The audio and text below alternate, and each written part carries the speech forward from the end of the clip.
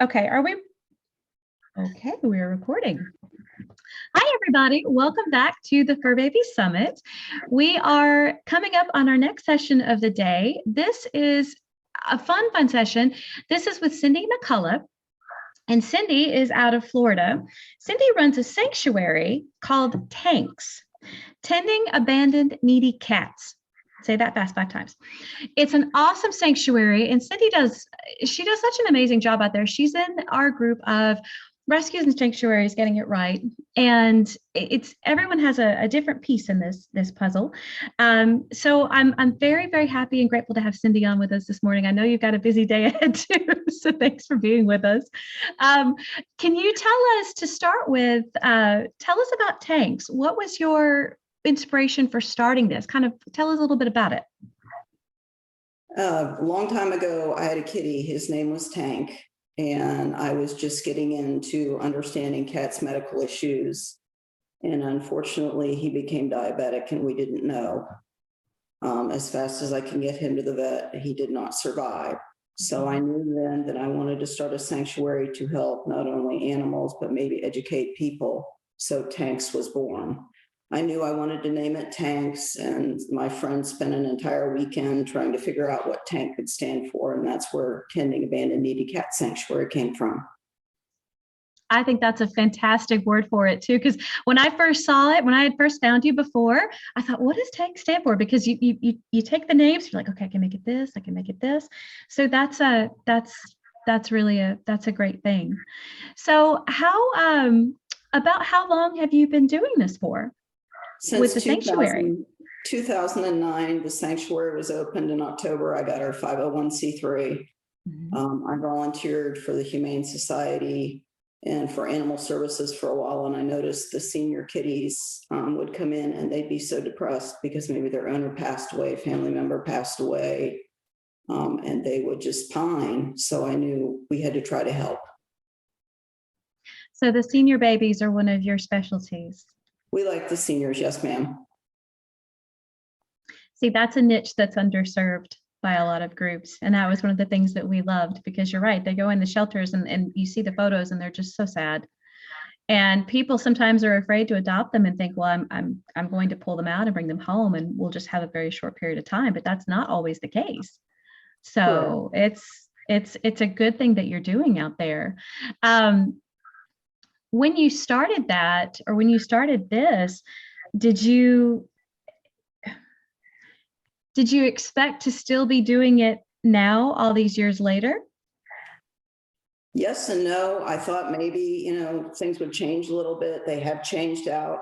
We have an outreach program where we help other rescues. I help Southeast Beagle Rescue. There are many other rescues that we help. We just recently sent an entire trailer full of food and donations to Louisiana in honor of my friend who passed away, Jack Novoleski, with Southeast Beagle Rescue. And in honor of him, since he supported them, that's what we did. We got donations together and sent them up there. That is a wonderful thing. Can you tell us a little bit about how you guys went out and networked or did some fundraising for that? Like, are you using social media? Do you have a grown network in the area around you? Is it larger than that? I get donations sometimes from Animal Services, sometimes from the Humane Society. I have some private donors. What we try to do is help within the local community and then also put some stuff aside and share from within also. Those really do help. Yeah, I think it's very important that as a rescue, not only that you're helping animals, but you have some type of outreach program where you're helping others too. Tell us about your outreach program. Our outreach program, I will bring in different donations. Sometimes it's pallets, sometimes it's not.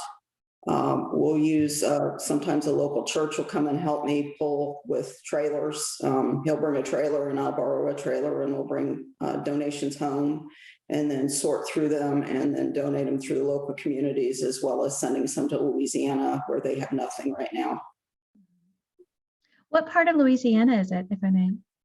It's in one of the parishes in Louisiana. They're very small. They don't have very much, especially with the storms, because every year hurricane season goes through and pretty much wipes them out. And with beagles, that's another whole story, but I have 6 of my own. I love the breed and will always help Beagle Rescue. We help other rescues also, but I like beagles. They're sweethearts. They are total. And I was expecting to see one of them this morning. So they're out, they're taking a nap, I guess. They're out with my mom. Okay. That's a good thing. Yes. So we have a lot of friends actually in Louisiana. So if we can, we also have a question about helping.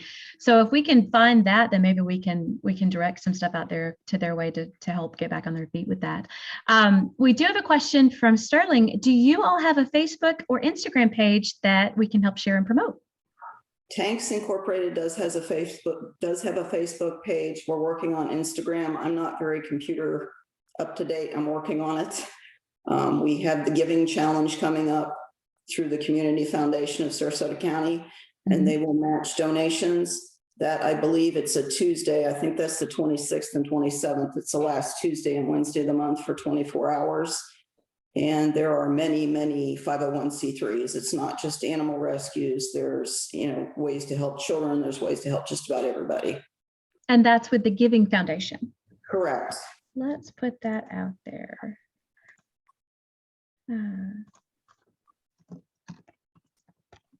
And that's on the 26th and the 27th. It's the last Tuesday and Wednesday of the month. So I think that's the 26th. It is. Okay. There we go. We'll make a note of that so we can find it. So what is, and you don't have an Instagram page yet. So I can tell, and I have to give you a huge compliment. You are doing really, really well with getting up and running with different platforms and tech and things like that. So you're going to be fine. We have an amazing lady coming in tomorrow that actually teaches how to market on Instagram. And I say market, but how to share, how to talk about the story, how to talk about so many of the babies, different things that have happened, different individual stories.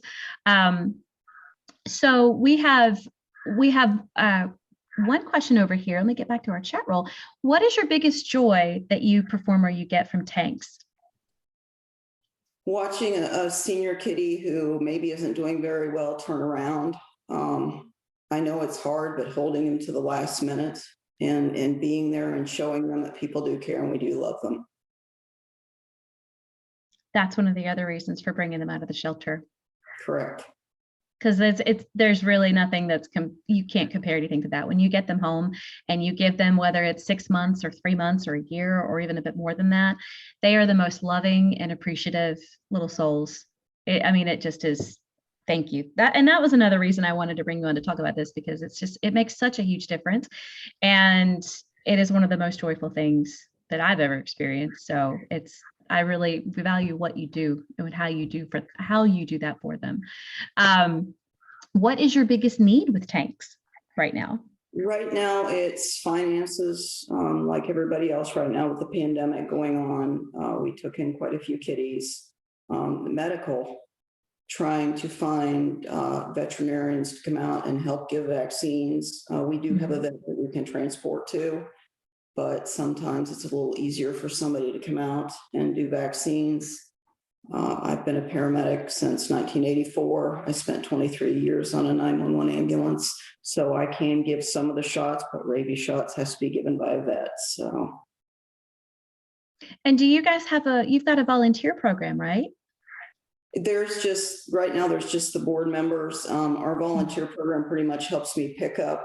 Our church comes in if I need help when we pick up donations. Sometimes the pastor will bring his trailer and a load of young boys to help load. And we're very, very thankful for that. We also did an outreach to the Humane Society of Sarasota, where we brought in several pallets of food and took them some for the use in their food bank. Are you maybe in need of some more volunteers?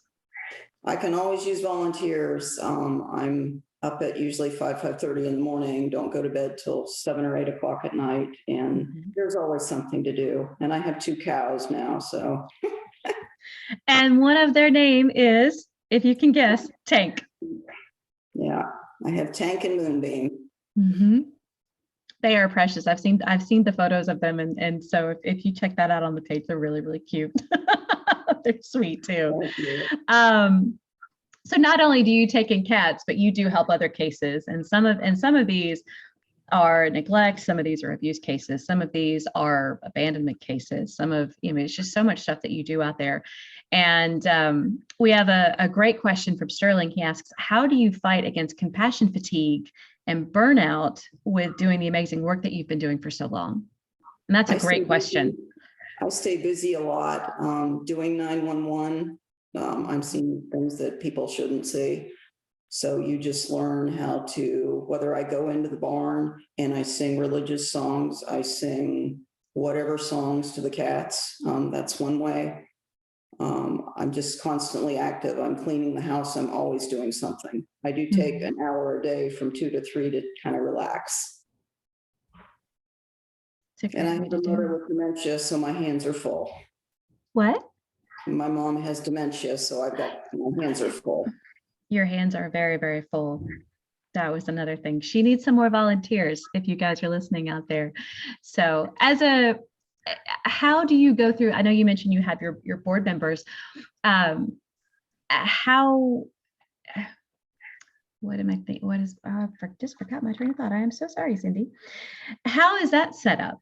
And do you guys, are y'all in the same area? Are you scattered around? I know some rescues and sanctuaries, they've got board members that are in Virginia and down in the Carolinas and one out in California. So are you guys there close together? We have Cindy, my other board member, who's also named as Cindy, is in Sarasota. Okay. Carrie is in Palmetto.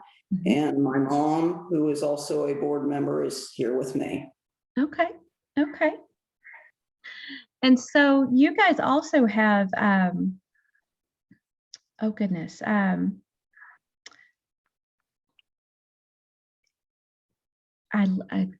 so sorry. I literally just forgot what I was going to say. With your board members and everything, are y'all doing any other additional fundraising on your social media, or do they help with that? Is that something that your volunteers help you do, or? My volunteers right now are helping me very much so. I have a volunteer that comes out twice a week and helps me clean, take care of the cats, and also helps with my mom. She'll pick up items if I get special food, science diet food, KD food, stuff like that, and I need to get it to animal services so they can take care of their animals. I'll send it in with her. Okay. So, and my other board member, we're working on this giving challenge right now, and then we're also working on grants through Sarasota SRQ. Sarasota SRQ. Mm-hmm. Okay. Now, I did notice before, you guys also have a program where you can come in and sponsor specific cats, right? That is correct. You can look at the website, and we do have cats available for sponsorship. We do have a feral colony who, of course, we have to take care of, but you can't come out and pet them and make fuss over them. So we're looking for sponsors to help us take care of them. And what would that look like? Is it a monthly thing, a yearly thing? Are there particular supplies or healthcare that they're able to help out with? You can either go to Chewy and send us a donation of canned food. You can get on the website and make a monthly donation. I think it's $20 per kitty per month right now. So, and that'll take care of the kitty during the month. That'll provide cat litter if they're one of our inside cats, or if they're the outside cats, they get special treats, they get special food. I have blankets and different things like that. Flea meds. I do know we have a few friends that help with sponsor out there for one of the cats. So that's such a sweet, sweet thing. So what are some of the items that you were always in need of for supplies? Canned Friskies. I know everybody, I feed holistic. They do get Pure Vita on top of canned Friskies, but that's what they like. So we do feed a little bit of both. Cat litter, I use Tidy Cat. I go to Sam's and buy probably 10 to 12 bags a week of that. Funds for flea meds, because cats have to have flea medicines. and different medications. We do keep antibiotics and things like that on site, just in case I would need something like that, eye meds. So Those are all big hitters. Those are some of the biggest ones. Sterling says, wow, you are a real life angel. And you're right. thank you. Yes, you are. We have one of our questions. What has been so far, and I know it evolves, what has been your best system or your procedures for how you work with your ferals or fellows that come to you? I let them take their time and come to me. Mrs. Arlene Klein is going to speak tomorrow about Tank, or excuse me, about Wink. Wink was a kitty with a horrid eye injury. He is here now. He actually sleeps with me at night. When he first got here, he would rip you to pieces. He was in a 2-story kennel. The first 3 or 4 days, you didn't clean the bottom of the kennel. You just didn't. Then when he went up to the top of the kennel, then I could clean the bottom. Just time and patience with ferals. Some ferals may never come around. I have some ferals that I'll see, but you can't get within 3 feet of them. It's a lot of time and patience, and it's a lot of gaining their trust. Correct. A lot of gaining their trust. Would you say that a lot of them have either been through abuse, or they've been chased, or they've been in some really bad situations? So they are quick to startle, and they know how to use their teeth, and they know how to use those claws. So it just takes a lot of time with them to build up that trust.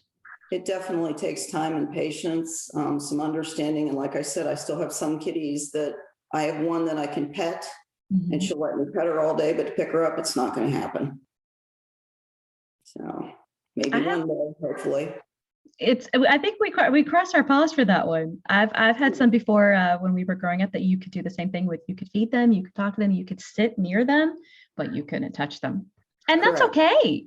That is okay. There's just, sometimes that's how it is, but it still brings you joy being able to help them and give them a better life, keep them fed and everything. So that's a good thing. Can you tell us a few stories? Sterling just found your page and following, and he's going to share the giving challenge. Thank you. Cool. Thank you. So, and we'll put that in our Facebook group too for the summit. So we'll have that out there for everybody to be able to go back and find. I was going to ask you, do you have, and I know you probably do you have any of your babies that have really, really stood out over the years as either a very inspirational case or something that you didn't think, because we get those sometimes, you look at them and go, I don't know that they're going to make it through this, and they did, or ones that have just, have really kept you going and kept going with the sanctuary? Wink is one, but I'll let Mrs. Klein talk about Wink tomorrow. Another one is Lulu. Lulu was found in a box at PetSmart, was left there overnight. Lulu is a Persian. She was maybe all of 3 or 4 pounds when we got her. I took her to the vet, got her straightened around. She has an absolutely loving home now. She's happy. She's a gorgeous Persian. Another kitty would be Missy. Missy actually belongs to Mrs. Klein, who you will talk to tomorrow. She was dumped at a high kill shelter, and they called and asked me if I would take her. She is a rag doll. She's absolutely gorgeous. She was here a couple days when I found out that Mrs. Klein had lost, and Mr. Ron Klein had lost their kitty. And they came out and met her and took her home. And I really never, ever thought she would ever turn around, but she has her own iPad. She has all the treats she could ever want within reason, because she's a kitty. And she's a loving kitty, and they absolutely love her. And she's gorgeous. She's absolutely gorgeous.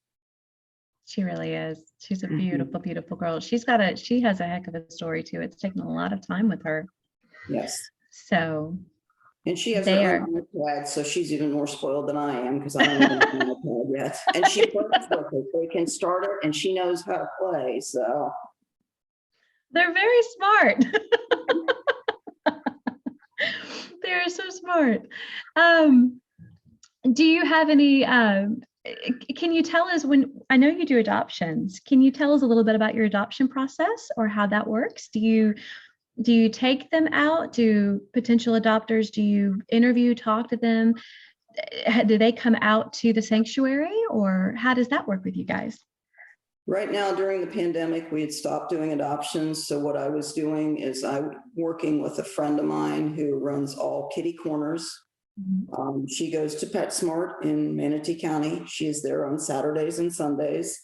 And if it was an adoptable cat that was fairly young, a kitten, something like that, I would call her and see if she could take the animal, and it is placed through her. I was doing adoptions through my vet's office, and they were doing a wonderful job. But with the pandemic, I switched over because they were kind of closed. And so I'm working with all kitty corners now. So if we do get an adoptable cat, hopefully we'll open adoptions fairly soon, but we try to go through all kitty corners.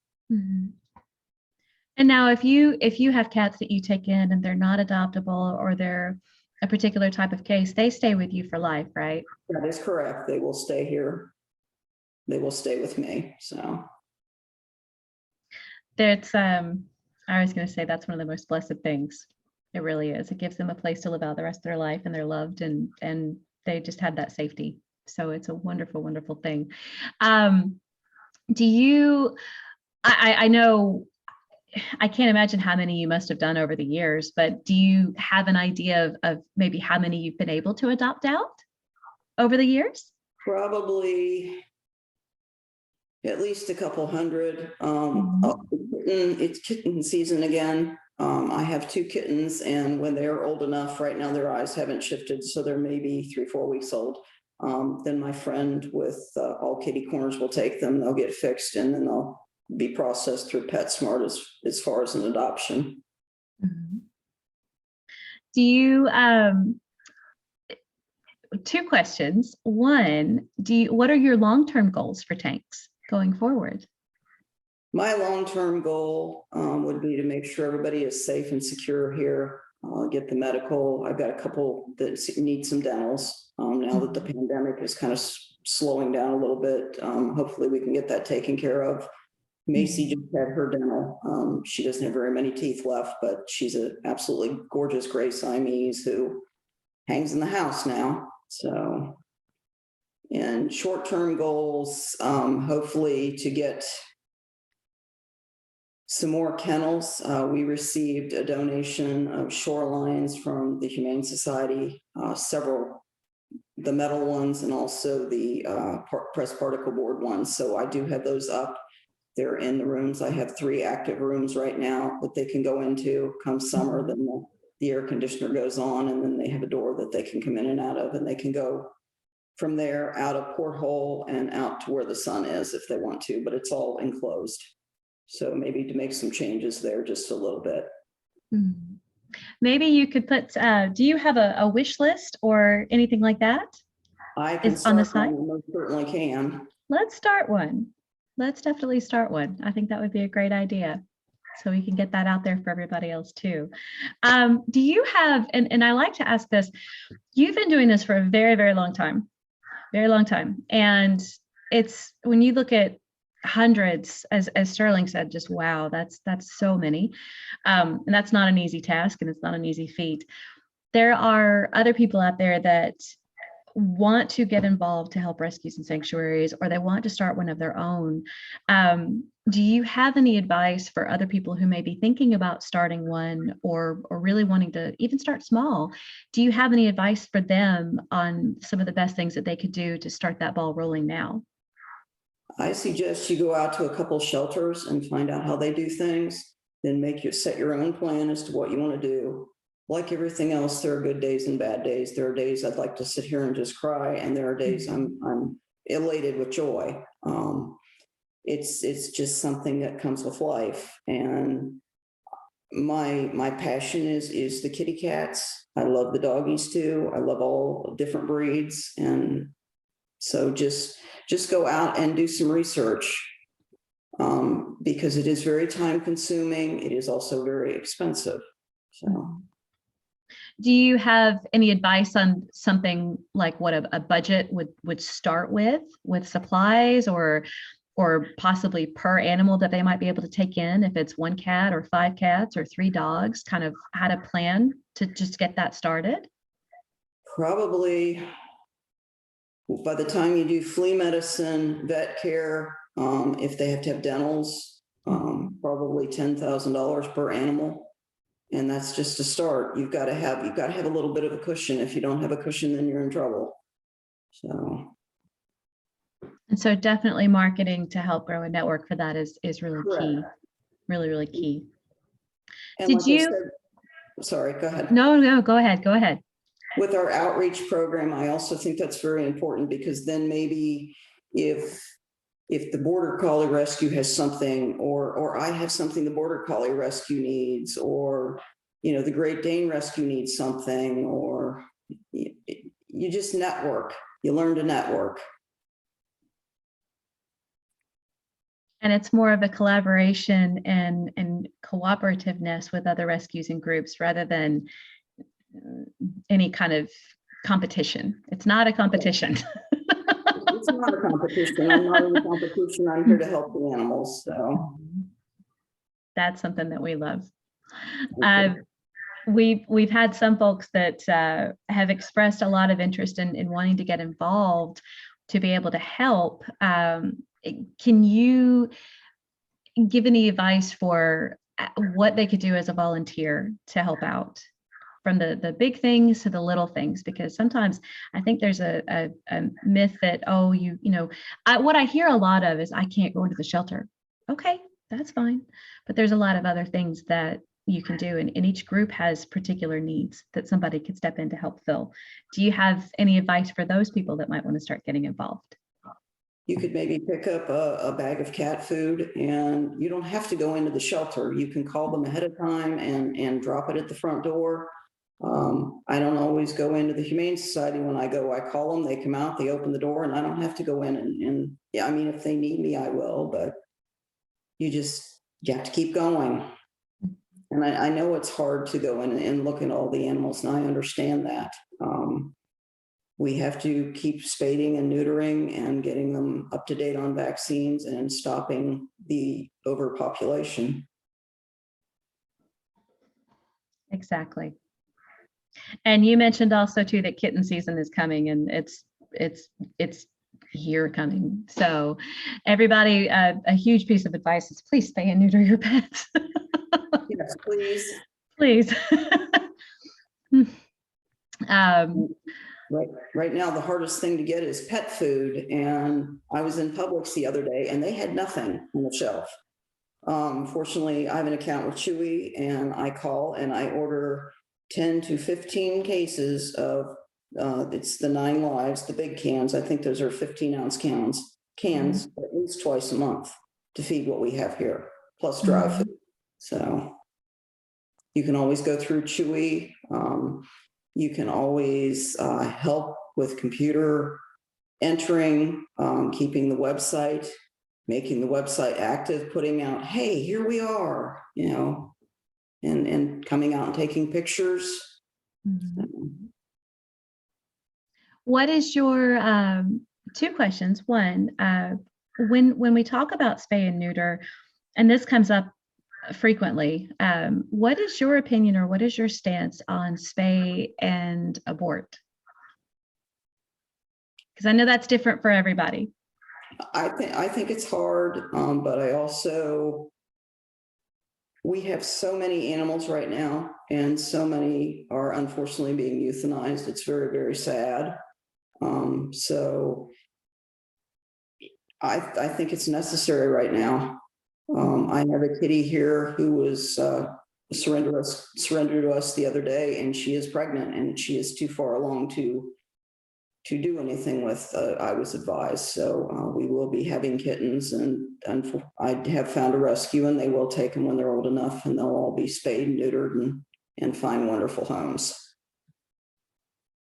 Have you had cases before where you've had a mama cat come in, and bless her heart, she's just tiny, very underweight, emaciated or whatnot, or she has a lot of health issues and she's about midway along. But if you let it go full term, it would run a really great risk to her.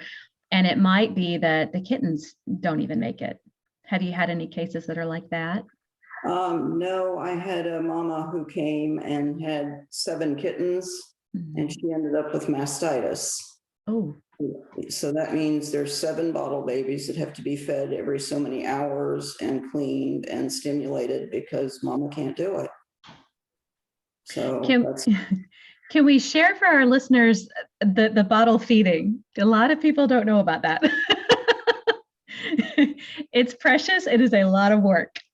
It's a lot of work. It's getting them used to the bottle. It's getting the bottle at the right temperature. Do they like the formula that you've gotten? There's whiskas in the store. You can try goat's milk depending on what your veterinarian recommends. Fortunately, the 2 that I have, the 2 little kittens, which I was hoping weren't bottle babies, they're able to eat on their own and they will drink milk. They make a mess. They make a big, huge mess. It's like having toddlers in the house. So it's amazing how it just goes everywhere. They're so cute. the bottle warmer is the best thing. We recently also bought an incubator. It's for puppies and kittens. They are more along the expensive lines.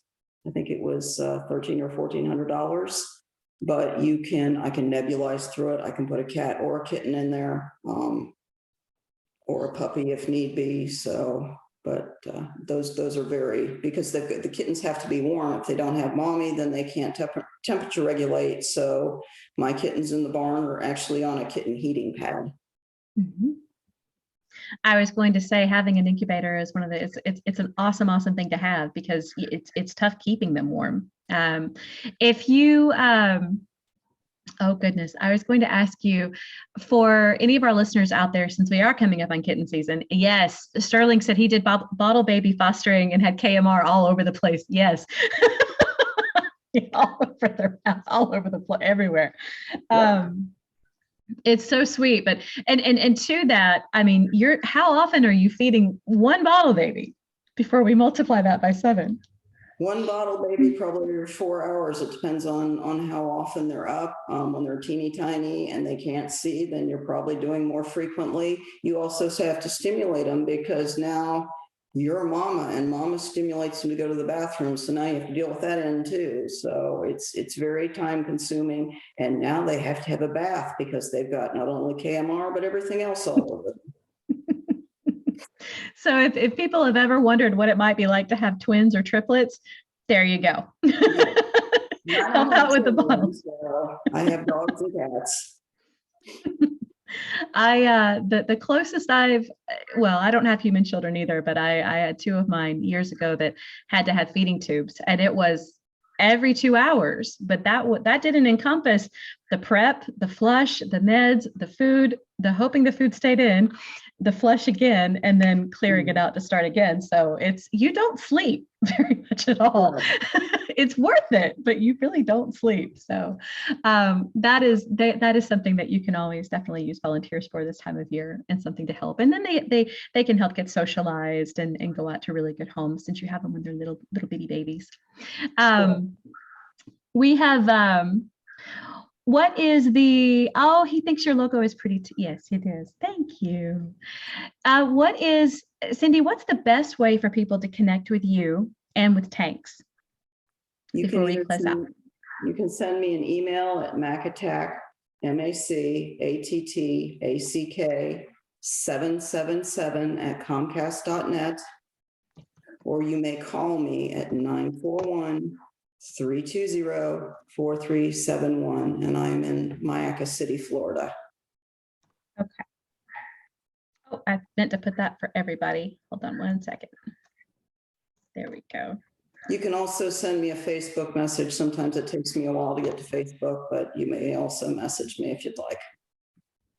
And everybody, I can honestly say if it takes a little bit, she is busy, actively doing stuff. So it's not like other people that I'm not going to answer that today. It's nothing like that at all.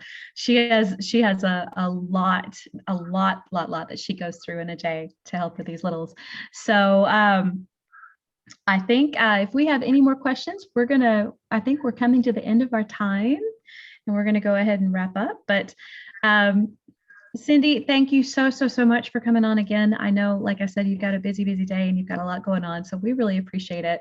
I love what you're doing. I hope that we can spread more awareness about what you're doing. And the collaboration with other groups and rescues is just phenomenal, and helping out, not just in the community that you're in, but in so many other different states and places. It's inspirational. It's something to look up to. And I say anybody out there who's thinking of starting a sanctuary rescue, go and listen to some of these and see things that, ways that you can start and things that you can do to get involved and how to make a plan. It's not as daunting as you think. And, you can do hundreds like Cindy's done, or you could do 10. It's just getting started. And I think the more of us out there that are able to help and do something, the more we can have an effect on the population that really need homes and need help and vetting. So I think that's all we've got for right now. Sterling says, thank you for what you do. Women like you trained and inspired me, and I love you for it. Exactly. Thank you very much. You have go ahead. One by one until that job is done. We should put that on the site. One by one until the job is done. So thank you so much. I'll let you get back to them. So thank you. Thank you for having us. You too. Thank you. Bye.